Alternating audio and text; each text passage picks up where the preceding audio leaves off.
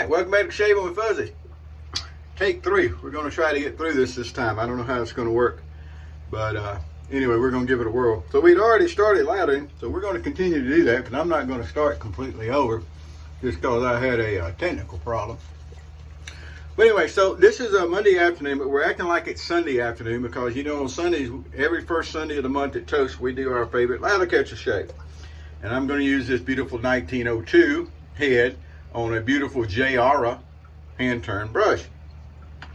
And before I had to turn the camera off on the last take, I was talking about the fact that everybody knows, or a lot of people know, that Fuzzy is not much on molesting razors. I don't like changing a bunch of parts around. Before I had to stop the last video, I was talking about a guy who used to be over in another forum, and he would take two-sided thingies and change pieces around, trying to make this better and that better. He called himself a sports shaver. Make this better and that better, and do this and do that, and it's like, I don't, you know, just shave. Learn to do it right. Shave. Don't throw equipment and tools at a technique problem. But anyway, maybe he just maybe he had really good technique and he just liked changing things around. I don't know. But if you're trying to change things up so that you make the razor shave different or feel different or balance different or look different, I don't like that. I don't see the point in it. So we're using vintage Colgate soap today, and it's in a scuttle. And we got the about a day and a half's growth. We got over a day's worth of growth here because I didn't shave yesterday. But we're using the old Smog 1406. Look how weird those bristles are on that brush. It's always been a great shaving brush, but boy, it's weird. And while I'm thinking about it, I'm going to, in the, let me finish that thought. So I don't like just changing stuff on a razor just to change it if you're trying to make it into something different. If you got a buddy that hand turns handles, and he makes you a beautiful handle to go on a razor, and you want to use it because it's a beautiful handle going on a razor, I don't see the issue in that. Of course, you know, it don't matter what I think. If you want to use it because you think it does something different to the razor, it's your razor. I know, you can. I get it. Silly, but I get it. But anyway, I've got that beautiful handle, so why not use it? Got the ferrule up there on top to dress everything up. If I'm not mistaken, maybe Tom turned that ferrule. I can't remember. I just can't remember. But anyway, so we got the scuttle out today. We warmed the brush up with the hot water in the bottom of the cup because, you know, we are hot water shavers here. And of course, that's how people would have used them before the advent of a lot of running water in homes. You could heat your water up, put it in there, and, you know, soak your brush, have your hot water for your shave, and you wouldn't mess up your hand wash basin to do the rinse and everything like that by dipping a soapy brush in it. So that's my understanding, and I've seen it work that way, and I've used them the way they're supposed to be, or I think they're supposed to be used, and it works really well.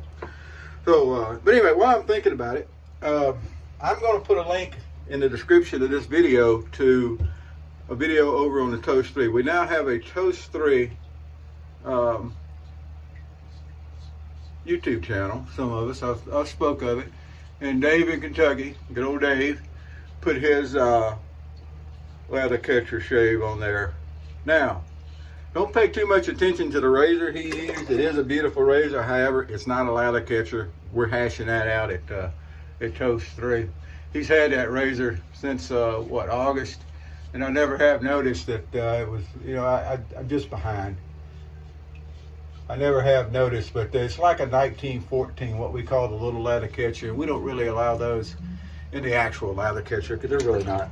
You know, the old lather catchers, they had the open cap with some way to hold a blade in, and they had all that. And then they transitioned into, this is a 1914. Well, it's got the cap that opens and everything. We call this a little lather catcher, but it's not a lather catcher, and it's not allowed in the lather catcher society. Clan of catchers, we call it. Well, his Super 6 is got a cap like that, so I'm thinking we ain't gonna allow it. But anyway, he's been using it. He got away with it for a while. Good on you. However, alrighty, got us a couple of passes going there with our good old lather catcher, the Superior. So here we go. So we're gonna work tonight, so I'm gonna get me a little bit of a shave in here, and I'm gonna get me a little bit of a nibble in. I cooked a little supper for me, and Miss Luna will get a little bit of it. She always does, even though I got her food out, but she'll get a little bit of it, just how it goes. Now Dave tried one of my 2-pass and touch-up shaves the other day. Didn't do him so good. He's got to do about a 30-pass shave to, you know, to get what he considers a good shave, and that's fine. Everybody's a little different. Here we go. We're going to get this touch-up done. But I can do 2 passes, come back and do my touch-up. I think I got just as good a shave as anybody. Probably better than most.